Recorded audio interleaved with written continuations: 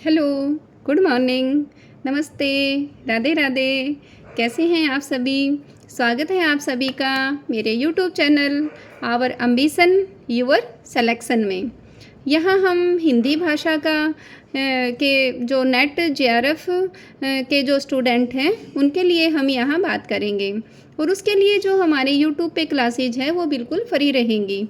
यहाँ हम शुरुआत करते हैं कि हिंदी साहित्य के प्रमुख इतिहासकार व इतिहास परंपरा क्या है कि आधुनिक काल में 19वीं शताब्दी में इतिहास लेखन का काम शुरू हुआ और भारत में मध्यकाल में लिखे गए विशिष्ट अनौपचारिक इतिहास ग्रंथ कौन कौन से हैं, इन पे मैं थोड़ा सा यहाँ आपका प्रकाश डलवाती हूँ कि कालिदास हजारा, कवि कालिदास हजारा ने भक्तमाल नाभादास, 84 वैष्णव की वार्ता गोकुलनाथ, 252 वैष्णव की वार्ता गोकुलनाथ, मूल गोसाई चरित बेणी माधवदास, कविमाला तुलसी जी। जो ये तुलसी जी हैं हमारे, ये भक्ति काल वाले कवि नहीं हैं। इन ग्रंथों में यथार्थ व वास्तविक सामग्रियों का अभाव होने के कारण ये इतिहास ग्रंथ न होकर ऐतिहासिक ग्रंथ के रूप में ग्रहण किए गए। और जो शुरू में जो हिंदी साहित्य का इतिहास जिन्होंने लिखा वो प्रथम लेखक माने जाते हैं गारसादा तासी। इन्होंने जो अपना ग्रंथ लिखा उसका नाम इस्तवार दा लिटरेचर एंदोए ए हिंदुस्तानी है। इसके दो भाग प्रकाशित हुए। जो इसका प्रथम भाग था वो 1839 में, द्वितीय भाग 1847 में, और जो ये ग्रंथ लिखा गया ये फ्रेंच भाषा में लिखा गया। जो गारसादा तासी जी हैं थे हमारे, जिन्होंने सबसे पहले इतिहास ग्रंथ लिखा, इतिहासकार थे ये विदेशी व्यक्ति थे। ये फ्रांस के निवासी थे और ये भारत में उर्दू के प्रोफेसर बन के आए थे।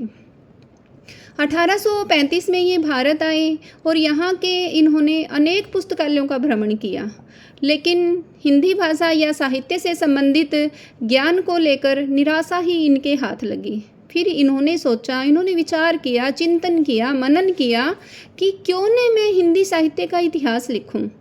और गारसादा तासी जी ने अपने द्वारा लिखित इस हिंदी साहित्य के प्रथम इतिहास ग्रंथ को किसको समर्पित कर दिया था कि आप सभी जानते हैं? यह महारानी विक्टोरिया को इन्होंने समर्पित कर दिया। इसके पीछे का कारण आप लोगों को पता है कि इन्होंने महारानी विक्टोरिया को जो ये इतिहास ग्रंथ था क्यों समर्पित किया? इसके पीछे का कारण है कि इस ग्रंथ का प्रकाशन the oriental translation committee Ireland and Britain से हुआ था। और जो इस ग्रंथ का नाम है इस्तवार द लिटरेचर एंदोए हिंदुस्तानी। क्या आपने इसका अर्थ पता है कि इसका इन्होंने जो इतिहास ग्रंथ लिखा इसका क्या अर्थ है? तो मैं आपको यहाँ बता देती हूँ। इस्तवार का अर्थ होता है इतिहास, इस्तवार का अर्थ इतिहास, लिटरेचर का अर्थ होता है साहित्य, एंदुई का अर्थ होता है हिंदुओं द्वारा बोली जाने वाली भाषा, और हिंदुस्तानी का अर्थ होता है मुसलमानों द्वारा बोली जाने वाली भाषा। तो इस इतिहास ग्रंथ में उन्होंने वर्णानुक्रम पद्धति का अनुसरण किया। नामकरण व काल विभाजन का इन्होंने कोई प्रयास ही नहीं किया। तो आज जो हम यहाँ बात कर रहे हैं सिर्फ इतना ही बात करेंगे कि गारसादा तासी जी ने क्या लिखा, वो कहाँ से आए थे, उन्होंने क्यों लिखा, इन्होंने किसको समर्पित किया।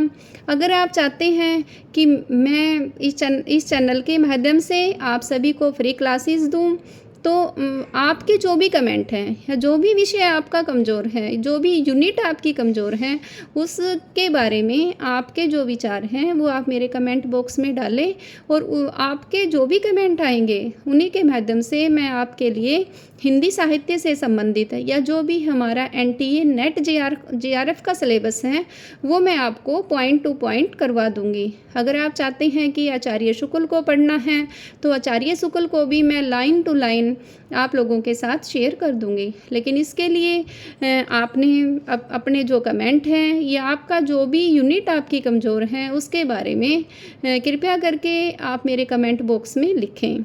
अगर वीडियो पसंद आई है तो आप इसे लाइक करें, शेयर करें और सब्सक्राइब करना न भूलें। तो कल के लिए मैं आपके कमेंट का इंतज़ार करूंगी और उसके बाद ही कोई आगे नई वीडियो आप लोगों के लिए लेकर आऊँगी।